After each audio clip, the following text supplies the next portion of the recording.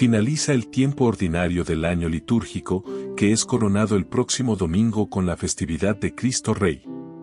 Y hoy se nos presenta en el Evangelio, con lenguaje apocalíptico, el final de los tiempos, tope y meta tenaz e inamovible, por más que lo disimulemos con las tinieblas de nuestra imaginación evasiva. Sin embargo, los que creen en Jesús no han de temer. Él anuncia su vuelta y regreso, pero volverá cuando acabe el tiempo para juzgar a todos como juez y Padre Salvador. Si vemos así el final de estos tiempos, como momento de encuentro con Jesús, el miedo quedaría mitigado y nuestro corazón se encontrará lleno de alegre esperanza en ese encuentro. Estamos, en definitiva, ante una llamada a estar atentos a la voz del Señor, no para tener miedo, sino para saber que el Señor quiere saber de nuestra vida y de lo que hemos hecho en ella. Primera lectura. Lectura del profeta Daniel capítulo 12, versículos del 1 al 3. Por aquel tiempo se levantará Miguel, el gran príncipe que se ocupa de los hijos de tu pueblo. Serán tiempos difíciles como no los ha habido desde que hubo naciones hasta ahora. Entonces se salvará tu pueblo, todos los que se encuentran inscritos en el libro. Muchos de los que duermen en el polvo de la tierra despertarán, unos para vida eterna, otros para vergüenza e ignominia perpetua. Los sabios brillarán como el fulgor del firmamento, y los que enseñaron a muchos la justicia, como las estrellas, por toda la eternidad. Salmo. Respondemos todos. Protégeme, Dios mío, que me refugio en ti. El Señor es el lote de mi heredad y mi copa. Mi suerte está en tu mano. Tengo siempre presente al Señor. Con Él a mi derecha no vacilaré. Respondemos todos. Protégeme, Dios mío, que me refugio en ti. Por eso se me alegra el corazón. Se gozan mis entrañas. Y mi carne descansa esperanzada. Porque no me abandonarás en la región de los muertos. Ni dejarás a tu fiel conocer la corrupción. Respondamos todos. Protégeme, Dios mío, que me refugio en ti. Segunda lectura. Lectura de la carta a los Hebreos capítulo 10, versículos del 11 al 14.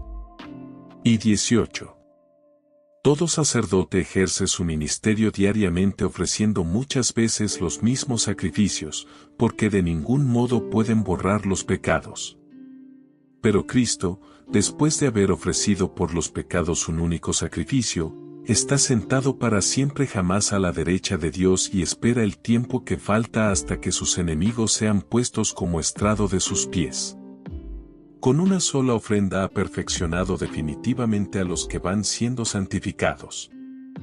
Ahora bien, donde hay perdón, no hay ya ofrenda por los pecados. Evangelio del día. Lectura del Santo Evangelio según San Marcos. En aquel tiempo, dijo Jesús a sus discípulos. En aquellos días, después de la gran angustia, el sol se oscurecerá, la luna no dará su resplandor, las estrellas caerán del cielo, los astros se tambalearán. Entonces verán venir al Hijo del Hombre sobre las nubes con gran poder y gloria, enviará a los ángeles y reunirá a sus elegidos de los cuatro vientos, desde el extremo de la tierra hasta el extremo del cielo. Aprended de esta parábola de la higuera. Cuando las ramas se ponen tiernas y brotan las yemas, deducís que el verano está cerca, pues cuando veáis vosotros que esto sucede, sabed que Él está cerca, a la puerta. En verdad os digo que no pasará esta generación sin que todo suceda. El cielo y la tierra pasarán, pero mis palabras no pasarán. En cuanto al día y la hora, nadie lo conoce, ni los ángeles del cielo ni el Hijo, solo el Padre. El final del mundo será el triunfo del bien sobre el mal. Y lectura, Daniel, Dios triunfa salvando. Y 1. La lectura del libro de Daniel nos introduce en un contexto que habla del final de los tiempos escatológicos. Es la expresión de un mundo apocalíptico, que fue una corriente que aparece en el S2 a.C. con objeto de responder a tiempos difíciles y de angustia para el pueblo elegido. El libro de Daniel no es propiamente el libro de un profeta, sino de un apocalíptico, cuya sintonía con la historia es a veces difícil de descifrar. En esta literatura se habla de una gran conmoción de la historia y se recurre a unos signos extraordinarios para animar a los que sufren y guardan su fidelidad a Dios. Su visión de la historia está sombreada por una visión dualista de la misma que puede llamar a engaño. Este mundo solamente, parece, tiene solución si Dios interviene y termina con todo en beneficio de los buenos, o del pueblo elegido o de los que han impuesto su criterio. Es una solución que tiene ciertos esquemas poco adecuados, aunque, por otra parte, palpita un deseo ardiente de ver a Dios intervenir en la historia que ha creado, y esto es positivo. Pero esa intervención no será según quieren los hombres, sino en la libertad soberana de Dios. Y, 2. En nuestra lectura de hoy, Miguel, quien como Dios, el protector del pueblo según aquella mentalidad, vendrá para proclamar salvación y resurrección para los elegidos. Es en este libro donde aparece por primera vez la resurrección y la vida más allá de la muerte en la fe de Israel. Es esto lo más importante a señalar. Porque en esta lectura apocalíptica hay un mensaje de esperanza y salvación. Es verdad que en aquel momento la teología no daba más de sí, y solamente se proclamaba para los elegidos, pero desde una lectura del Nuevo Testamento, la resurrección y salvación de Dios está abierta a todos los hombres que confían en Él. Y, 3. Efectivamente, a Israel le costó mucho llegar a una solución de la vida humana después de la muerte. Y eso que tenemos salmos y oraciones que podrían conducir a ver que estaba implicado un mensaje de esperanza más certero en la misma antropología bíblica. Por tanto, si hay resurrección, una vida después de la muerte, una vida en las manos de Dios, entonces los textos e imágenes apocalípticas deben leerse como el resultado de una conquista humana y religiosa, por la cual se responde al anhelo que todos llevamos en nuestro corazón. Estamos hablando de experiencias religiosas de una época y de una cultura. Lo importante es la verdad que en ello hay, no las imágenes míticas con las que se reviste el lenguaje apocalíptico.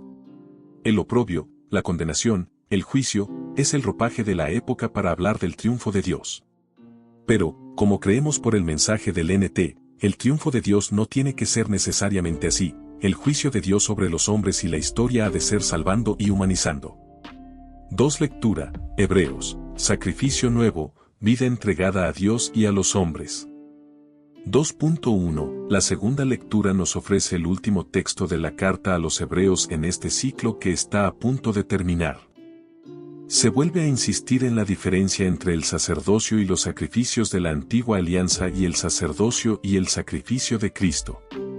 Lo que el autor de la carta a los Hebreos nos quiere señalar es que los ritos, las ceremonias, los sacrificios de animales, están vacíos porque no consagran nuestra vida al Dios vivo y verdadero.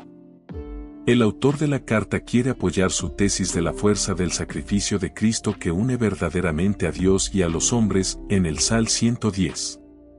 Por eso, a diferencia de los sacrificios de la antigua ley, el de Cristo lleva a la perfección, teleion, lo que deben ser las ofrendas a Dios. No deben ser de animales que nada comprometen ni al que las ofrecía ni a los mismos oferentes, aunque muchos lo hacían muy de corazón. La ofrenda de la vida es lo que vale, como decía Oseas 6,6, misericordia quiero y no sacrificio, conocimiento de Dios. 2.2 Se habla que Cristo está junto al Padre, en el santuario celeste, para interceder por nosotros, porque su sacrificio de amor en la cruz permanece eternamente. Ese es el sacrificio que ha perdonado de antemano los pecados de todos los hombres. Saber que seremos perdonados, pues, es todo un impulso de confianza en el que se muestra que el valor no está en el sacrificio o el rito que se haga, sino en poder estar en comunión con aquel que ha dado su vida por nosotros. Es muy importante en todo sacrificio lo que uno siente, es verdad. Pero no basta con sustituir la comunión con Dios y con los hermanos con cosas externas. Lo externo puede llevarnos a la decadencia o a la inmutabilidad, ofrecemos cosas, pero nuestra mente y nuestro corazón siguen imperturbables a la acción divina y santificadora. Evangelio, Marcos, la historia se transforma, no se aniquila.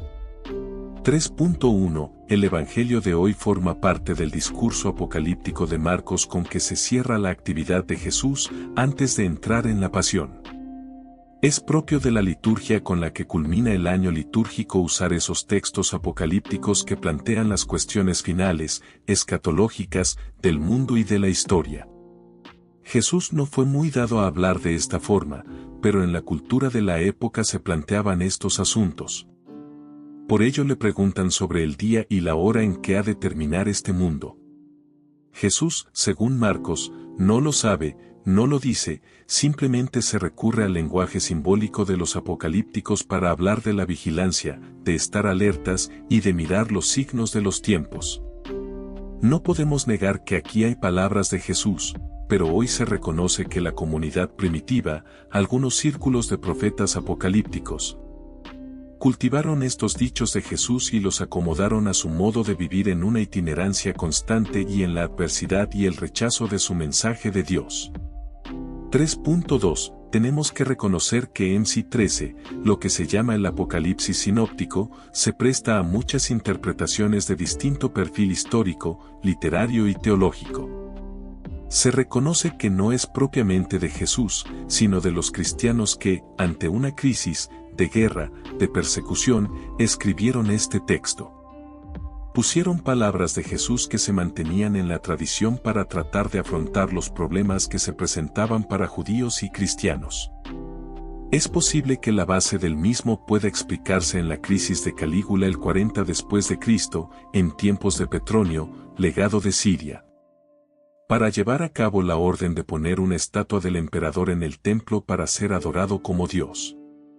Esta es una hipótesis entre otras, pero razonable.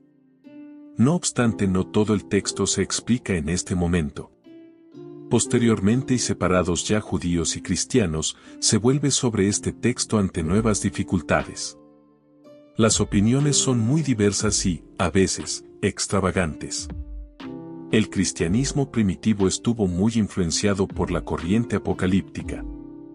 Esto no se niega. Pero la solución de la historia y de la vida de los hombres no debería tomarse al pie de la letra todo esto. Pero una cosa sí es cierta, ante la tiranía todos los hombres de cualquier clase y religión estamos llamados a resistir en nombre de Dios. 3.3. Los signos de los tiempos siempre han sido un criterio profético de discernimiento de cómo vivir y de qué esperar. ¿Por qué? Porque los profetas pensaban que Dios no había abandonado la historia a una suerte dualista donde la maldad podría imponerse sobre su proyecto de creación, de salvación o liberación. Pero los signos de los tiempos hay que saberlos interpretar. Es decir, hay que saber ver la mano de Dios en medio del mundo, en nuestra vida personal y en la de los demás. La historia se transforma así, no acaba ni tiene por qué acabar de buenas a primeras con una catástrofe mundial. Y Dios interviene en la historia por nosotros y nunca contra nosotros. De la misma manera que el anuncio del reino de Dios por parte de Jesús, su mensaje fundamental, es una convicción de su providencia y de su fidelidad a los hombres que hacen la historia. 3.4. Cierto tipo de mentalidades siempre han creído y propagado que el final del mundo vendrá con una gran catástrofe en la que todo quedará aniquilado. Pero eso no nos obliga necesariamente a creer que eso será así. Dios tiene sus propios caminos y sus propias maneras de llevar hacia su consumación esta historia y nuestra vida. El discurso está construido sobre palabras de Daniel 7,13-14 en lo que se refiere a venida del Hijo del Hombre. Sin embargo, en los términos más auténticos de Jesús se nos invita a mirar los signos de los tiempos, como cuando la higuera echa sus brotes porque el verano se acerca, a descubrir un signo de lo que Dios pide en la historia. Dios tiene sus propios caminos para poner de manifiesto que en esta historia nada pasa desapercibido a su acción y de que debemos vivir con la espera y la esperanza del triunfo del bien sobre el mal. Que no podemos divinizar a los tiranos ni deshumanizar a los hijos de Dios. Los tiranos no pueden ser dioses, porque todos los hombres son divinos como imagen de Dios. Así es como se transformará esta historia a imagen del reinado de Dios que Jesús predicó y a lo que dedicó su vida.